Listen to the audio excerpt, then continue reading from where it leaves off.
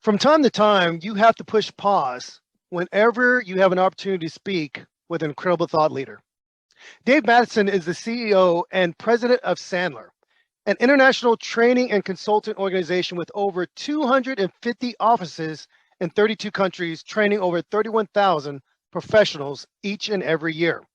He is a keynote speaker, the author of several bestsellers, and we're fortunate to have Dave back onto Twins Talk It Up to get an update on the organization, to dive into one of his books. The book is entitled Scaling Sales Success, 16 Key Principles for Sales Leaders, and to really learn more about what Dave is doing with Sandler as we go into the latter half of 2022 and 2023. Dave, it's an honor to have you back on Twins Talk It Up. How are you? I'm doing great. Thanks for having me back. And congratulations on your new book, by the way. Awesome. Thank you so much, Dave. We're really excited. We're trying to be like you. We're trying to learn how to follow great examples, put our work out there, let people know that we're here to support them. Yep. And you've been able to do that over the years with some of your incredible sales trainings, with your books. You've done it with your seminars, with your annual conference. But for our audience who would like to know a little bit more about your leadership journey, Dave, give us a recap. What led you to Sandler and ultimately to becoming the CEO? All right, so I'm going to go backwards in time because I've been here now 35 years, right? I was actually a client. I joined a company and they said, as part of your employment, you've got to join this thing called Sandler. And if you go to the programs, we'll reimburse you, which means I actually had to pay for it. And so I'm like, oh, okay. But I thought, actually, if you worked really hard, you would be really successful. And there's not a direct correlation. And so when I was there, I was a typical hostage, that I'm kind of like this. It's a 2-day boot camp. I'll probably sneak out at lunch day 2. I know all this stuff. And I fell in love with it, I have to say. My personality type is I'm a bit on the introvert side. And so I didn't want to have to learn a lot of scripts that wasn't me, and what I found that Sandler was based on psychology. And it was a pull strategy, not a push. It was a conversational strategy, not a script-based program. And so I loved it. And I just started to practice. I became their #1 salesperson. And then I went to work for a local office. Then I had the opportunity to meet Dave Sandler.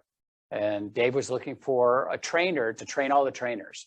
And, I looked up, my arms up, and I said, oh, okay. So I went down and had the privilege of working with him. Now, I grew up in a household where you could have anything that you wanted. We can't afford it. You just have to go get it. But we support you in any way that we could, which was fine. So I became, I was working since I was 12, right? It doesn't have to be entrepreneurial, but I had jobs along the way. High school was my first entrepreneurial job, had a big painting company that I started. But when I got here, I had a management role of training all of the offices around the world. And then I became Dave Sandler's partner in 1994. And at that time, I've already been working with Dave. He was my mentor for 6 years. So I was a sponge. I was 28 years old. And I didn't have a lot of bad habits that I had to relearn. And I did everything that he had said. And then I started managing people. But like every other manager, quite frankly, you're kind of thrown into it, right? There's not like a 2-year onboarding program. So today we're talking about difficult conversations. No, you freak out the night before, like, oh my gosh, I got to have a difficult conversation with somebody twice my age. Where's that in the manual, right? So I had, same thing. So I had to learn by doing it, panicking, stalling, sick the day I had to have a difficult conversation. So it got pushed to the next day, all the typical garbage. But then I just started buying up more and more of the company. And so in 2012, I owned the company. And so from that point, it's just been, on the left lane, as I say internally, it's been on a fast track. This is Danny. That is phenomenal. And I love how that is a great story for most people. Think about this, guys. You can work your way up and buy it. And next thing you know, you're owning the company. I love that. And everyone knows your brand, the brand of the organization is one of the biggest brands when it comes to training around the world. And I think that is phenomenal to hear that story. Thank you for sharing that. Let me first off start off by saying congratulations on the growth and success of Sandler. I thought that was amazing. Back in 2022, which is this year, Sandler was named the top franchise by Franchise Business Review. Amazing. And, Yeah. you know, as a podcast host, we're excited to learn that Sandler's podcast entitled How to Succeed has now eclipsed 500 episodes recorded with 2 million downloads. That's right, audience, 2 million downloads, making it the top 50 business podcast on iTunes. Wow. This is nothing but celebrations. I think that's phenomenal. Awesome. But you've also added to your leadership team a new head of global brand and marketing, Yep. a head of product management, an EVP of enterprise sales, and of course, EVP of franchises. Despite this pandemic, you guys are still pushing forward. You're still growing. Your brand is more incredible now than ever before. Can you please tell our audience, what has been your mindset for growing the Sandler organization and the Sandler brand? Because this is phenomenal. Well, yeah, we've grown almost 38%, right, as far as headcount is concerned. And the reason being is I've always thought if you're remaining static, you're in trouble, right? You're done. You just don't know it yet. And so we always have to continually move. The outside environment is moving constantly. And in our industry, the way people learn, the way content is, disseminated, everything is changing. So for Sandler to go back into the turtle shell and say, we're going to wait this out, like many of, my competitors have, I just think that the puck goes right by you. You didn't even see it, right? And now you're playing catch up. So back in 2020, we were the last conference out of Florida before they just shut down all the stuff that happened. And, that was from the 20th of March all the way to, let's say, the end of June. We did 3,500 virtual programs like that overnight. So we had pivoted very, very quickly. And so my mindset is, take advantage of the situation, take advantage of the people that are frozen, and use that opportunity to strengthen your own processes, your own people, and then go and gobble up, market share. And that's really what we've done. And I think, on our franchise side with all of our local offices, they did a fantastic job. They really did. And coming out of that pandemic, because of all the things that we did, I'd say 90% of them had the best year that they've had in their whole career with us because of all the things that they had started. And so it's really paid off. That's awesome. And I love that. And one of the things I thought was really cool, you grew. A lot of people let people go during the pandemic, but your organization actually went on a hiring spree. You were hiring like crazy. That is amazing growth when I think about that. Dave, in my space, success can be a direct reflection of the depth of strategic partnerships that are developed. Can you touch on the recent partnerships with HubSpot? I must imagine that it would make sense to align one of the industry's foremost sales training organizations with one of the most industry's leading CRM, customer relationship management platforms. Talk about this partnership and what does it look like? Well, we're huge fans of HubSpot. We've been training HubSpot for quite some time, so we had a very good relationship with them. They saw the results for themselves, which then, of course, they have the confidence and conviction that this is a good thing to share with everyone. And so we built that proof of concept with them. And I'm a huge fan because their market is our market. If you think about it, they dominate the scaling companies. Sandler dominates scaling companies. So from a market perspective, there was an awesome fit. But from a partnership, they are fantastic. I have to say, every time I hang up, I always say, that was awesome. I hope my people do the same thing, So here's the type of relationships that we have. We've been doing a lot of joint articles. We did some case studies. We also have created some programs that they put into their system to help all of their ecosystem learn a little bit better sales and sales management, things of that nature. We also have a whole thing where we've actually integrated CRM into everyone in Sandler now is on HubSpot, right?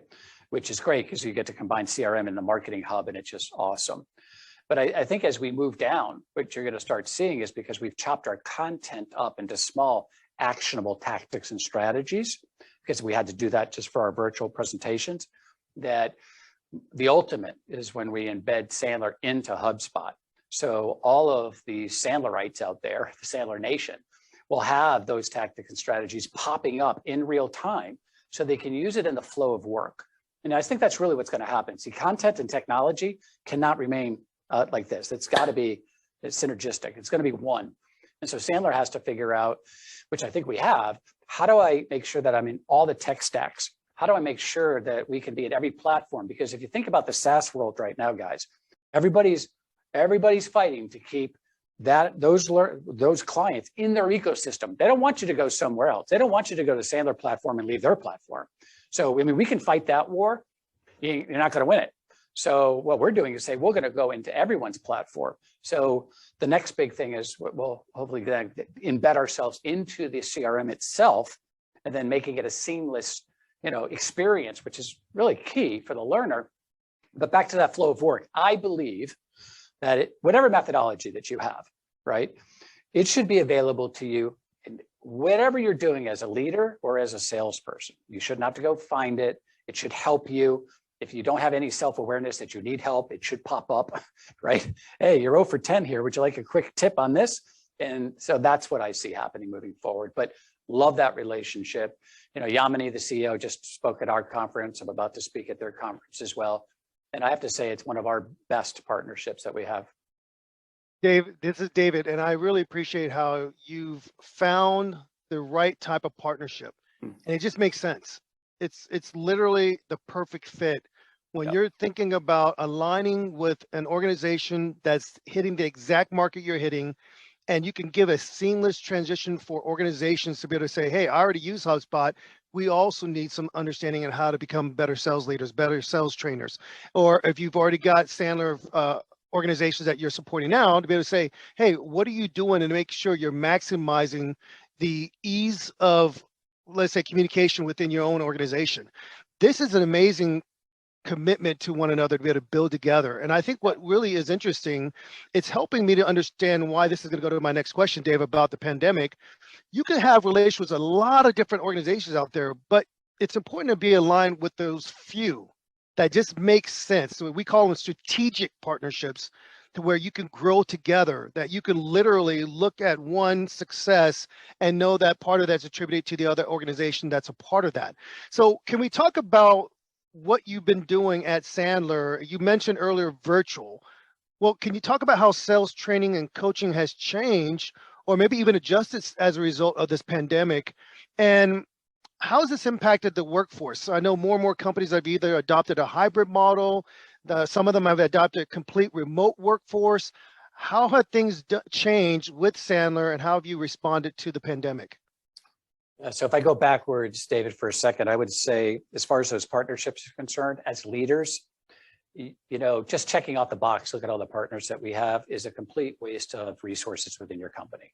So if you're going to pick a partner, less is more.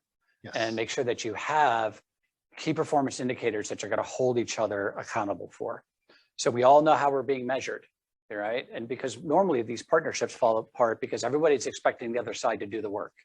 Like, hey, I've gotten any leads from you this week. That stinks. Well, you haven't sent me any in a year. Don't worry about that part. I'm waiting for your leads, that type of thing. So I think you're spot on with what you've said.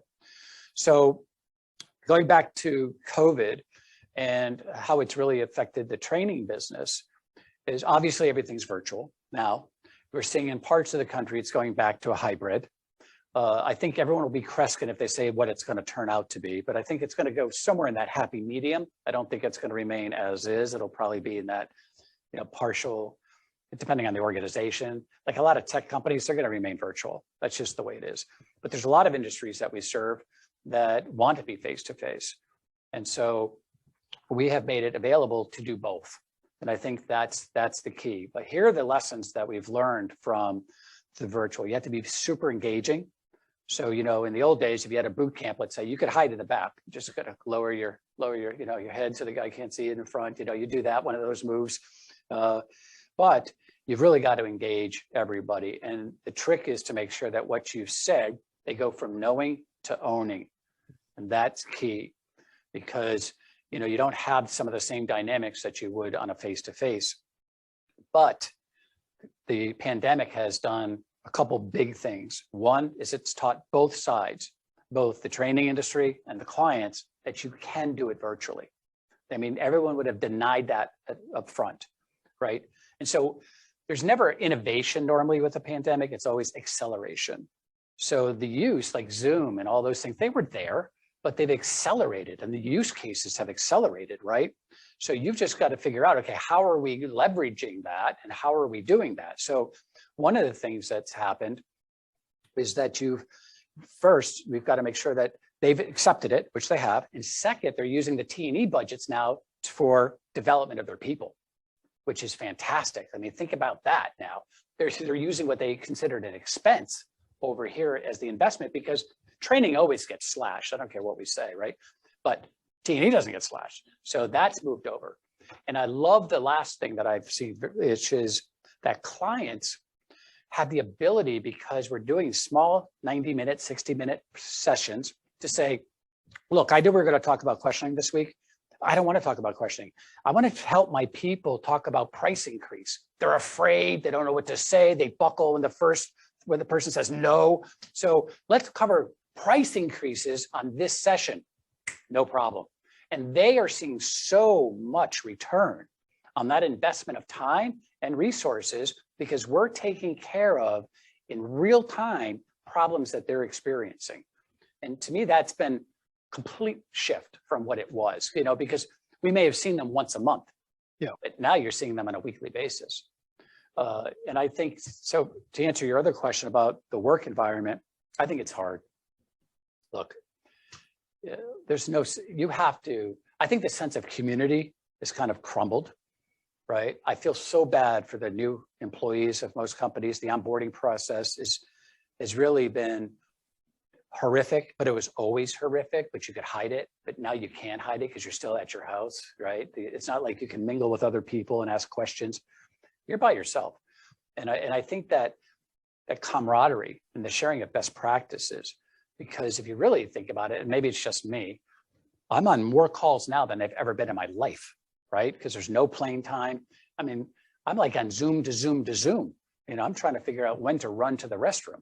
So it's just, that's the way it is. And I think that's the way it is for a lot of people.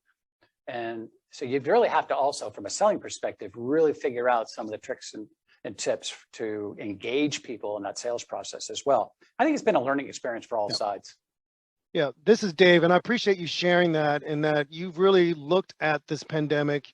You've looked at what companies have had to go through, and you've adjusted your approach to supporting those organizations. As a matter of fact, Dave, one of the things that was pretty new in terms of an introduction to Sandler is the new learning platform. Yep. And so I want to ask you, how's that been going since you've integrated that? And what are you seeing as a continued trend when it comes to supplying these organizations with sales resources? Well, listen, we have an LMS now, right? So we have the new one, but I think you always have to stay ahead of that puck. The technology that's coming out today makes ours 3 years ago tired. It's just old and tired. So now you've got systems which are integrating AI, right?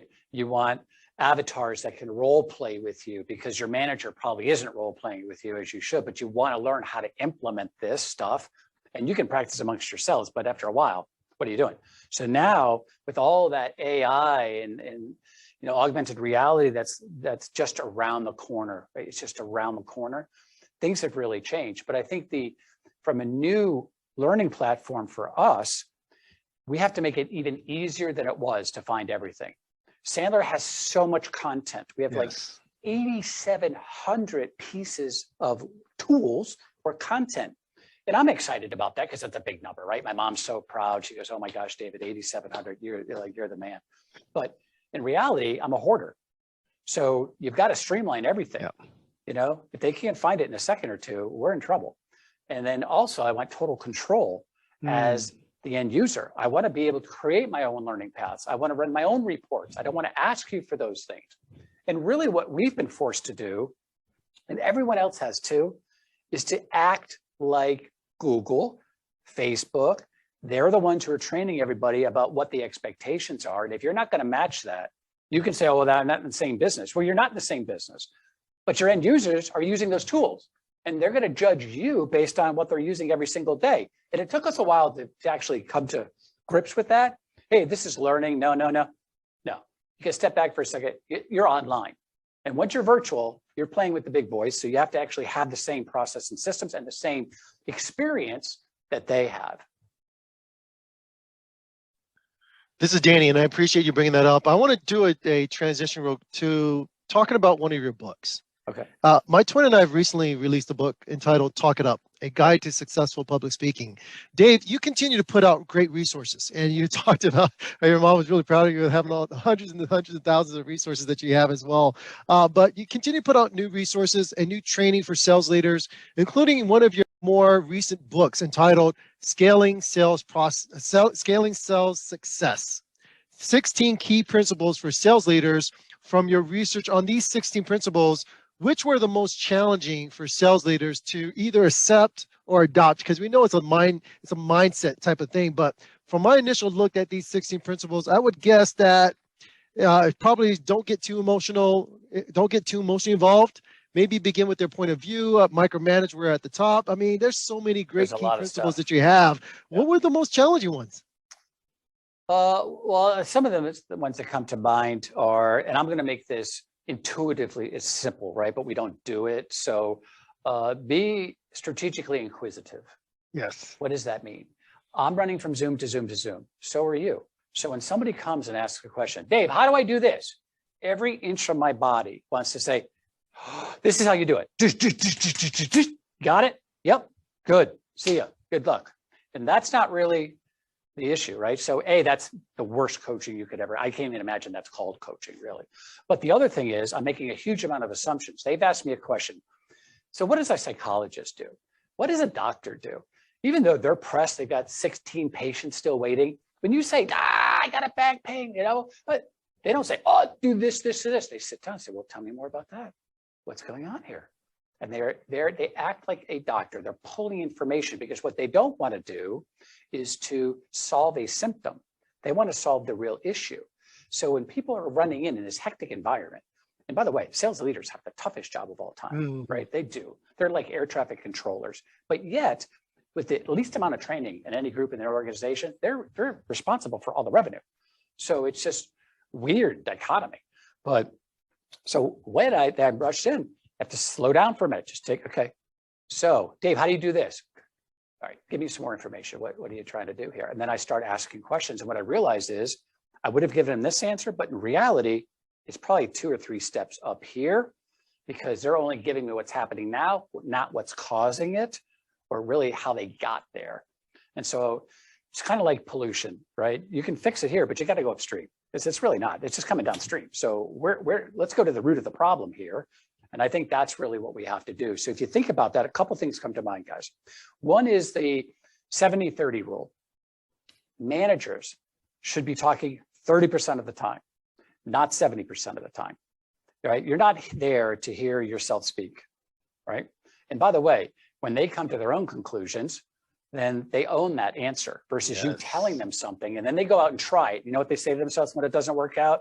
Well, obviously that's why Dave's a sales leader because he can't sell. That was a worthless suggestion, but that's not true.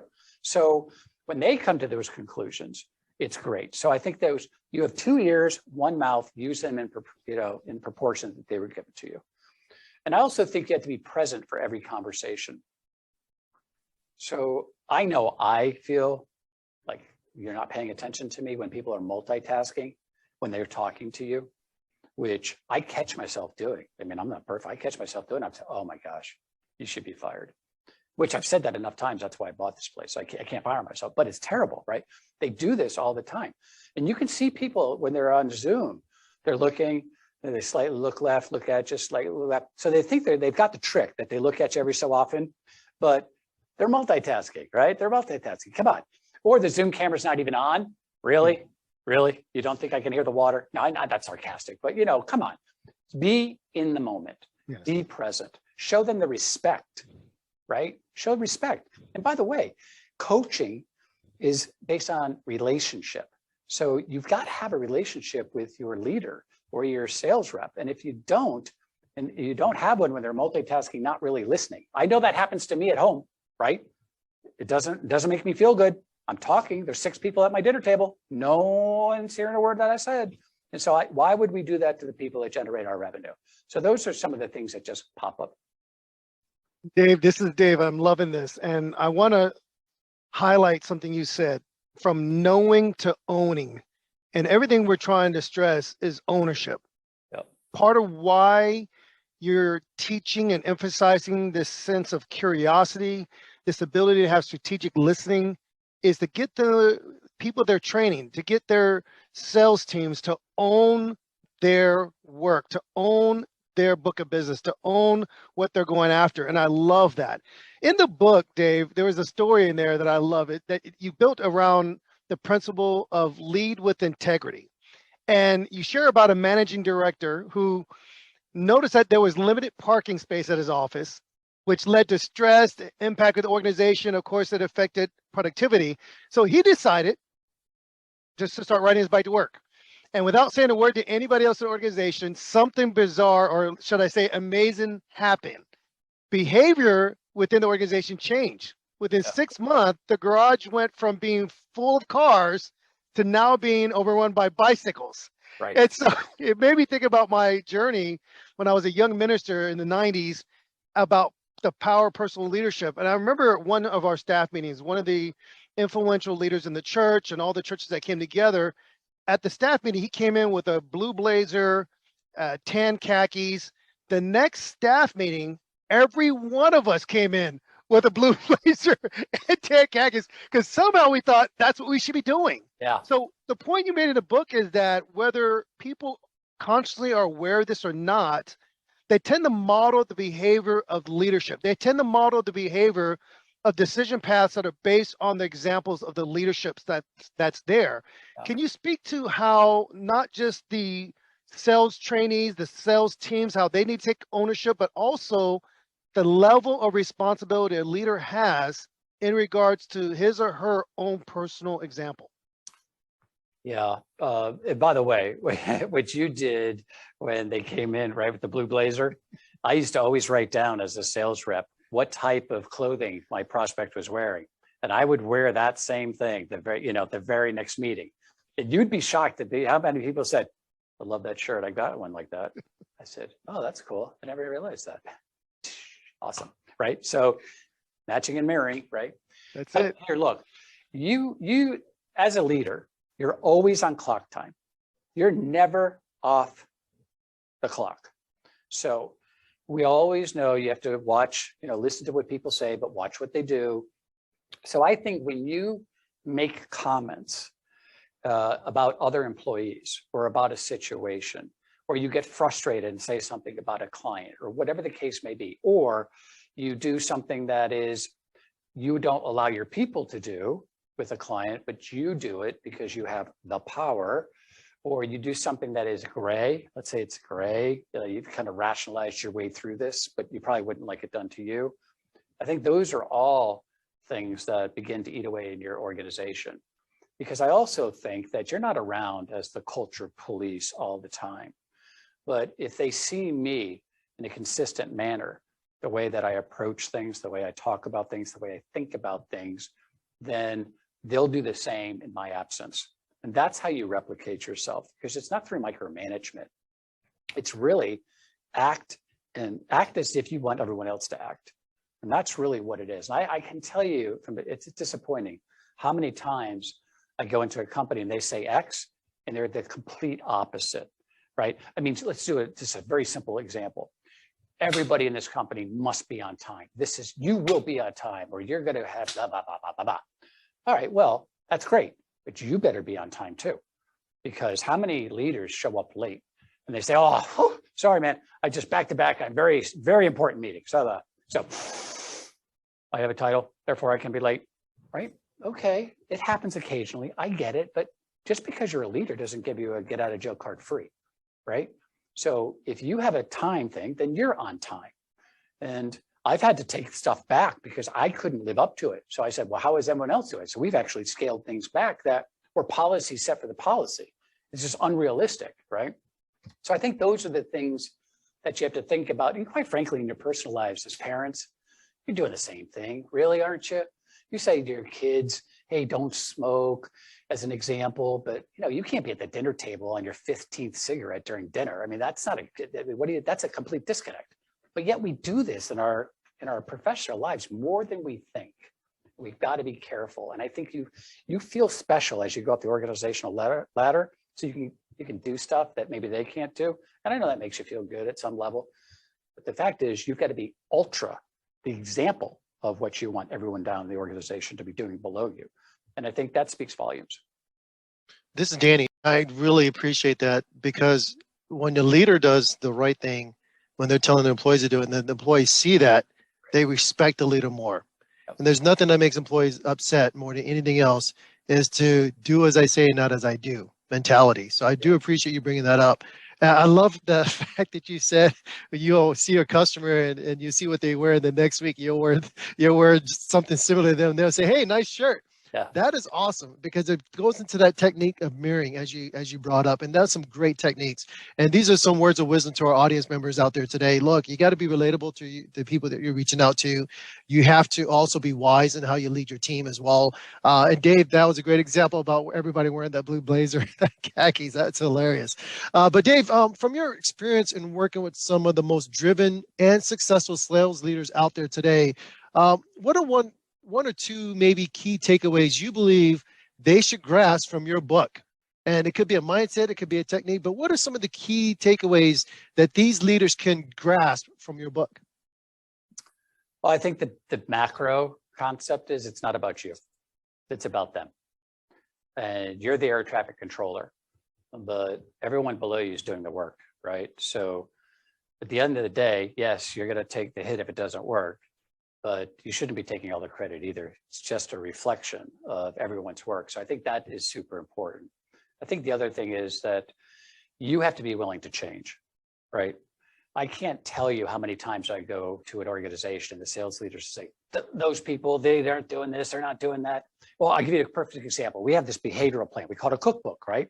So you would ask a salesperson, what does it take to be successful every day? I don't know. But if you say, well, you've got to make X amount of net new calls, call on some existing customers, we want to expand over here. And so they have a well-rounded book, right? Well-rounded day of activity, let's say.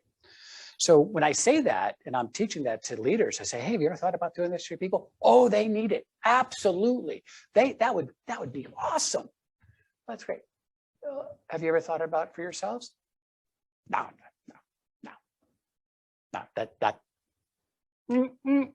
So come on, right? I think we have to create, in addition to what I've said, an atmosphere of accountability. You have to be accountable as a leader, and you have to have clear future commitments from your people. This is what we've talked about. This is what's happening. This is when it's happening. Here's, an example of success. That way they clearly know what's going on. And I think oftentimes we leave with wishy-washy next steps, wishy-washy who's doing what, and then we get upset. Or nothing happens. I mean, how many times have you heard a company say, we continually circle the airport, nothing ever gets done around here? So I think it's your job to create that atmosphere of accountability, being accountable yourself, and people will love you for it because they see movement, right? They're always progressing, they get to participate, all the good things that we think about. So those are the macro topics that are fit into those books. But yeah, I think it's a hell of a journey for sales leaders. If you think about it, it's hard. But if you have playbooks, then you can start to really learn from other people's successes and failures. You can shortcut your own. And I think that's what it's really all about. Dave, this is David, and I've got to ask as a follow-up, because I love what you're saying about the value of not only just having a personal example, but knowing your cookbook, knowing what's going to work. And different industries, I'm sure, have different emphasis on different areas, whether it's the number of calls, number of appointments set. All this makes sense. And I remember when I was working for a company in the energy sector, and I was first going through Sandler training and literally sitting down with my Sandler rep and looking at how many calls I made in a week, how many appointments did I set up, and did that correlate to more closes? And then the following week, Dave, changed this, more calls here, change that. And it was amazing how once I got comfortable and confident and learning how to position myself to ask the right questions, learning how to listen for the pain that's beyond the first initial response you get, that the playbook was working for me. The cookbook was working. It was like, Dave, okay, you stayed in that 2-hour frame, you made your calls, you got this many appointments set up, that's exactly what you're hoping for. And the more I was able to use that, I felt like it helped me not just gain more opportunities, gain more closes, I felt like I was gaining confidence. I was gaining that sense of this is where I belong. I know I'm a great sales leader. I know I could do my job effectively. So how do you help the personalities that may not understand that value as much? It's as simple as saying, hey, in order for you to emphasize getting your employees use the cookbook, you better get out there and use it. How do you take that accountability level beyond? Because I know we've touched on a couple of times how as the leader, you must also lead up front. And you can't just say, well, you have the charm, you have the personality, you have the title. How about getting a field with me? Because maybe we can't get in this car and do a field ride, but I can sit there next to you on a phone call. I can sit there and listen to your conversation. So how do you help to make sure that it goes beyond just the sales reps having a cookbook, but also that the leader, him or herself, is following that? So a couple of things. Yes, it builds confidence. You're 100% correct. But I also think it's good for your mindset. I mean, think about sales. It's a sick profession. I mean, if you really think about it, right? You're losing way more than you win. Can you imagine, hey, you telling your parents, hey, I just went to university because I'm going to lose 90% of the time. You're like, really? 90%? But that's the way it is, right? And so it's easy to get deflated. It's easy for your ego to just get crushed. And that's really what happens to most salespeople, right? It's just in their head. And so when you have a behavioral plan, you get to win regardless if you get a sale, because I did the activities today. And so I get to leave as a winner. Like I made 100 dials versus I need 6 sales this week. Oh my gosh, you know, it's 3 days into it. I am not going to do it. But if you know your numbers, you have to take your sales funnel and reverse engineer it. And the reason why you get to keep tweaking it, because things change, you become better. And so maybe you don't have to make 20, contacts for one appointment. Maybe it goes down to 7. So you get to see that progress, but also you get to see what's happening out there that you can dial it up, but you're in control. Love that. Now, how do you get managers and everyone else to embrace it? First, if you're on a cookbook, I promise you, you will hit your quota at least 2.5 months ahead of time. So there's your first driver for all the leaders like, what, 2.5 times? Okay, so you will hit your numbers way earlier, I promise you. Second, you actually become more productive because you find out you freed up your time and you can do more. And that's important. But for the sales leaders that are, I don't know, I always have them implement it with their people first. And then when they see it working, it's kind of tough. We then have to go back in time. But to fight them day one to say, you will be on a behavioral plan first, and then we'll do your people, it'll never go anywhere. Because most sales leaders that are new, not the experienced ones, will always say, it's my people's problem, not mine. Right? And if they believe that, then do it for their people and then just come back and get them, because they'll already have that muscle memory. Now we just have to shift the focus to you because we know the concept works, right? We know it, you've seen it. Yes, I bet you it works for you too. And they've got their own proof of concept.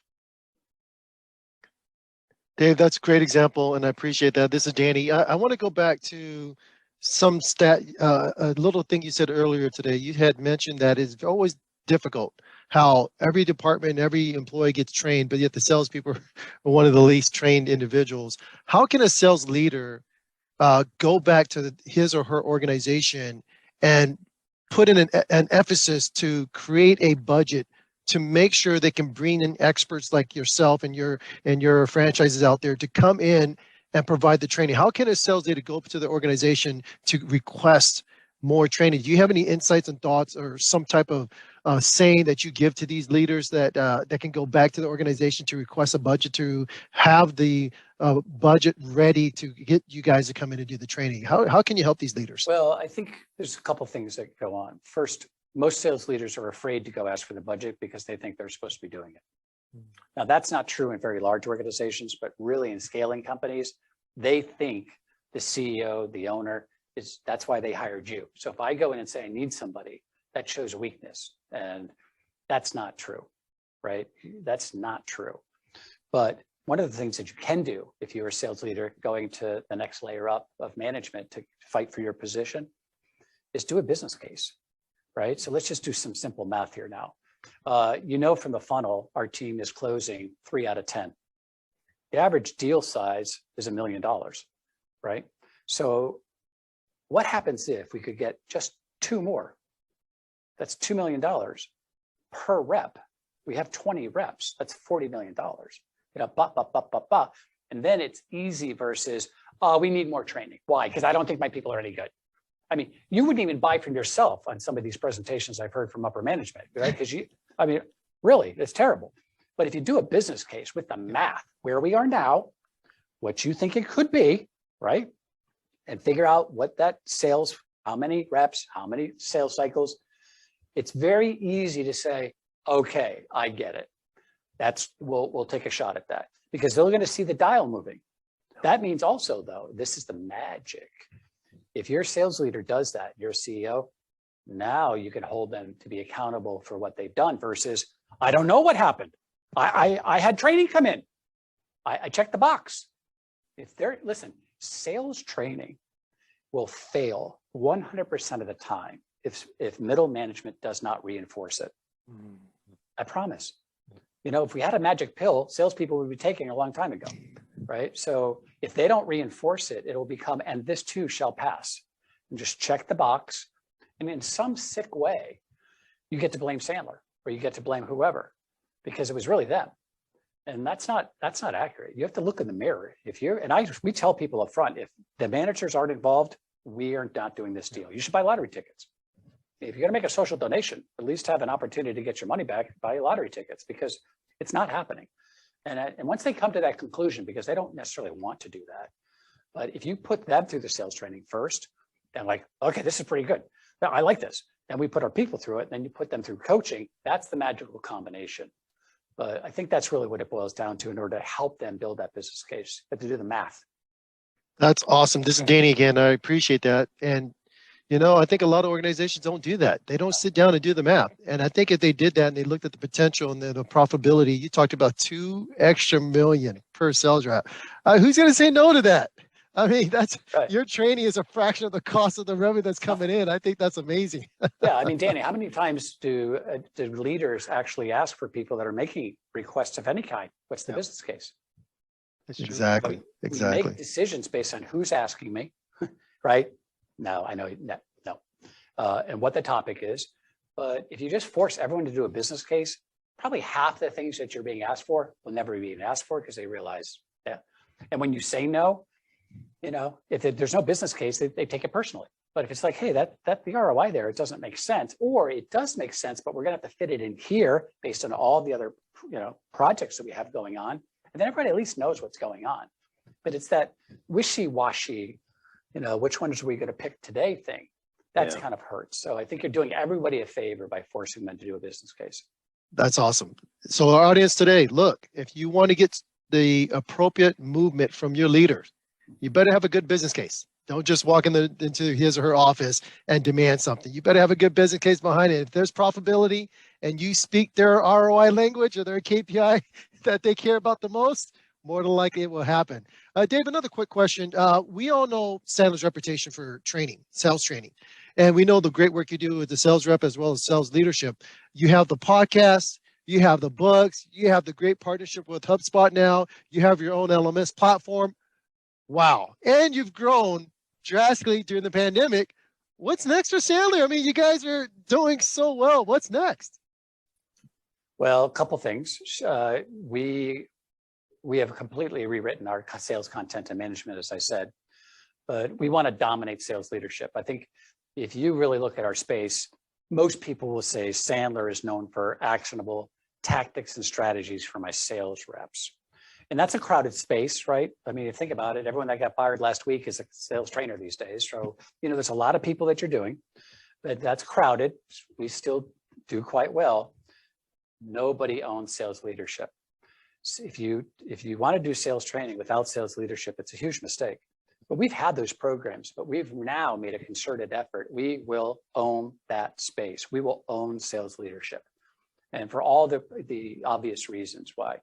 And so that's a big gig. I think also in the future, you're going to see us from, as I said, that technology and content will be one.